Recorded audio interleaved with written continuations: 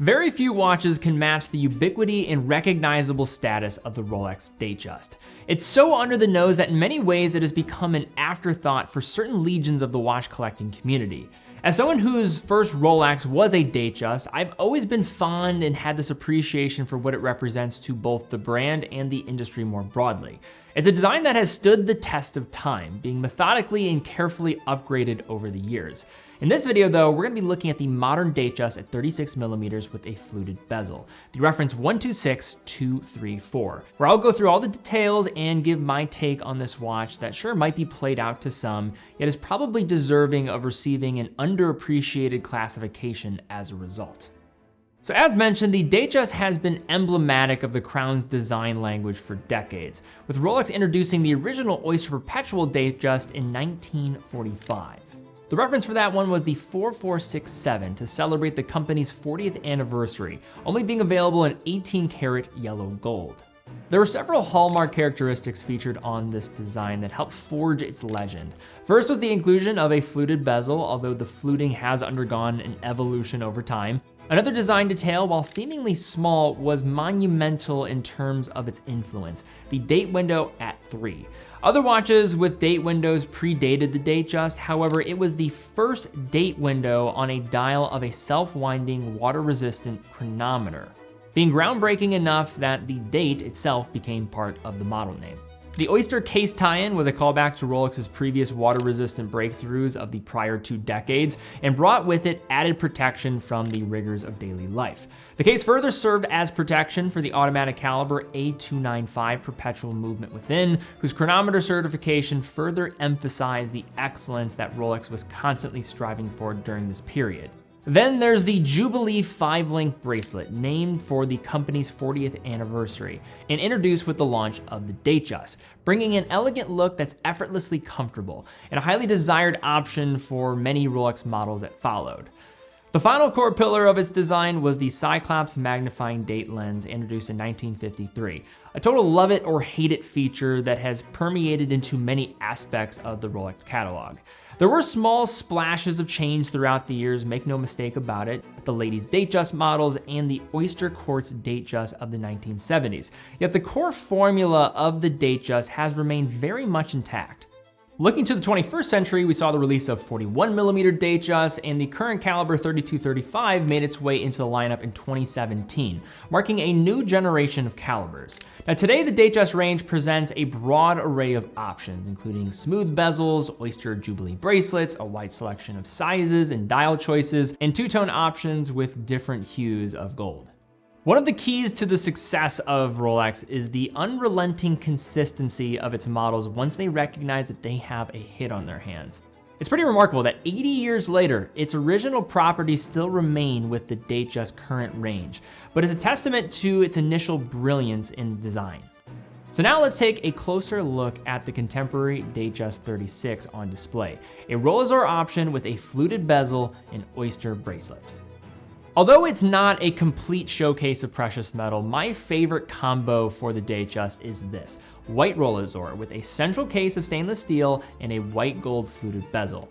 The 36mm version remains what many consider to be the most ideal of the Datejust, with its handsome proportions offering a wear experience that just plain works for a broad range of wrists, and sticks the closest to that time-honored recipe. Like all other modern steel Rolex models, this is constructed from 904L Oyster steel.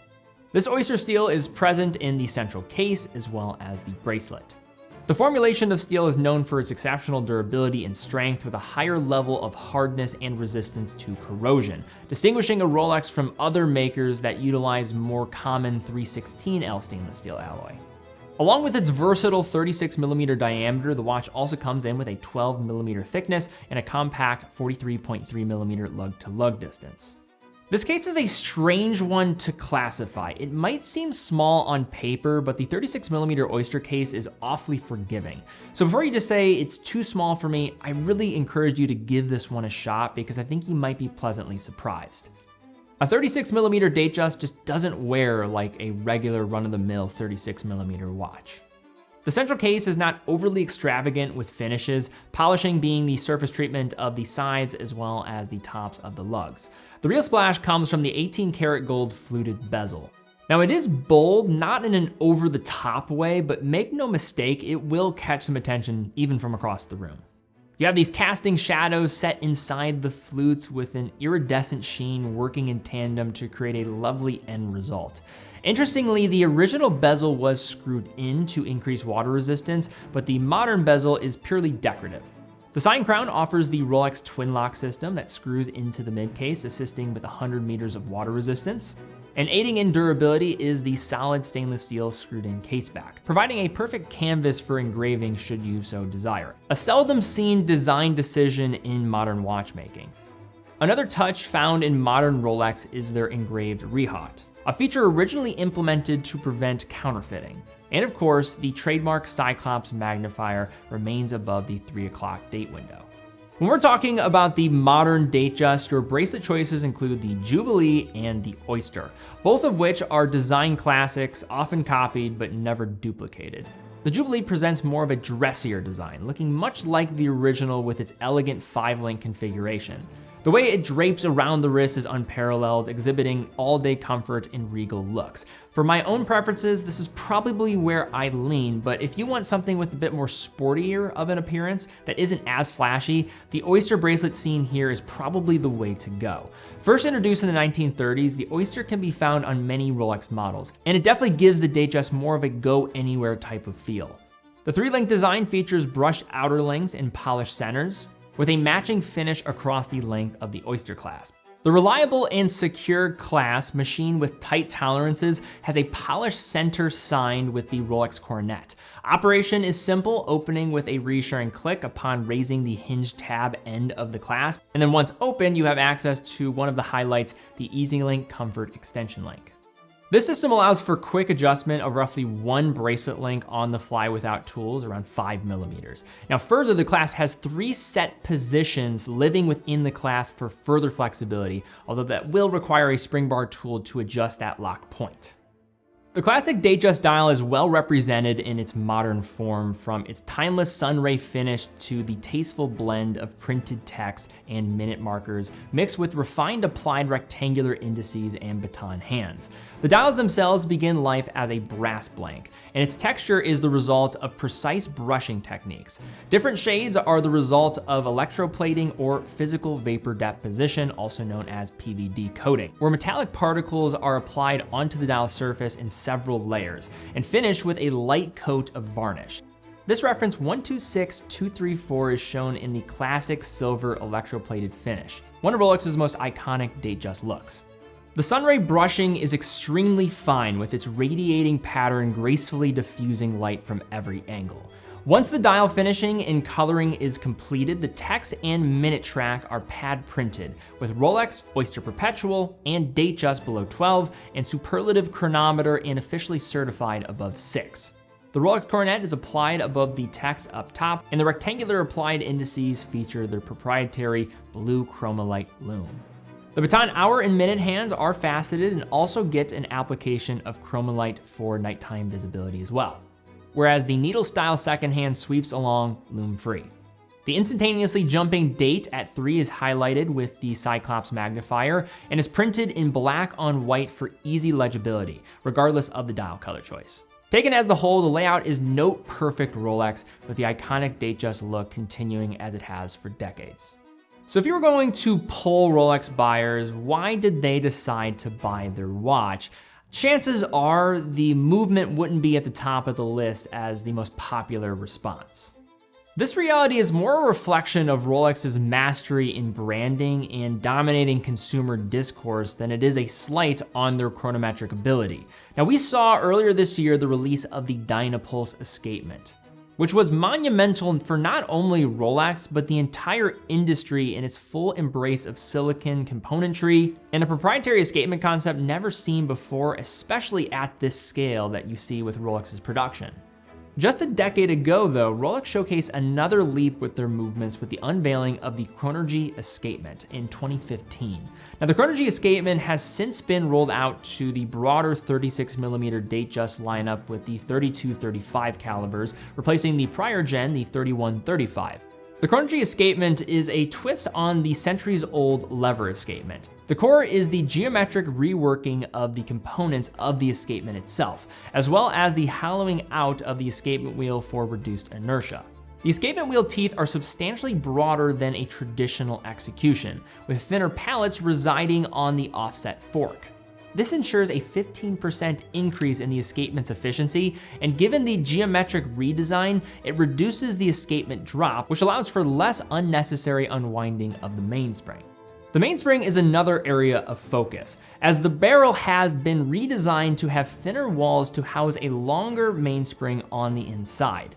The 32-35 housing the Chronergy in this instance comes with a free-sprung balance construction, a parachrom blue balance spring, a new monoblock self-winding module, a Paraflex shock system, culminating with a 70-hour power reserve, all while beating away at 28,800 vibrations per hour or 4 Hertz. Given that this is a superlative chronometer, the tests go beyond just a fully assembled movement, but with testing the watch's accuracy cased up, being quoted to perform at plus or minus 2 seconds per day, featuring hacking and hand winding as part of the package. Now the elephant in the room is, with Chronergy being a decade old and having the Dynapulse released this year, are we going to see the Dynapulse be made available eventually into the Datejust lineup? I am not certain yet. I know Dynapulse will be rolled out into other collections. I think for price and positioning though, I think my way of going about this and thinking is where Dynapulse was unveiled was a collection that sits above the Datejust in terms of its price and positioning. So will they make this available more down market? I don't know that for certain yet, but clearly the future for Dynapulse will be more broadly rolled out. All of this to be considered, Chronergy is still an exceptional caliber concept, and even though it's a decade old, it can go toe-to-toe with pretty much any other industrialized luxury movement that you can put it up against. Although I don't have any window into the sales data of Rolex, I would assume the Datejust is likely their best-selling collection across the globe. And this is despite all the attention that the steel sports genre gets from collectors. Now, let's be clear, you do not need to own a watch, especially a luxury one, and especially a Rolex at that. However, if you do aspire to own a well-made luxury item from a Swiss maker like Rolex, chances are you will stumble upon the Datejust fairly quickly in your research. What is interesting though about watches of this level of iconic status is that once they get past a point of mass market awareness, there's a level of popularity obtained where individuals who might be appropriate suitors for the design might ultimately pass on its consideration as a result of it being too obvious. I find this to be a pretty funny predicament because on a daily basis, I get a question, which should be my first or maybe my only luxury watch?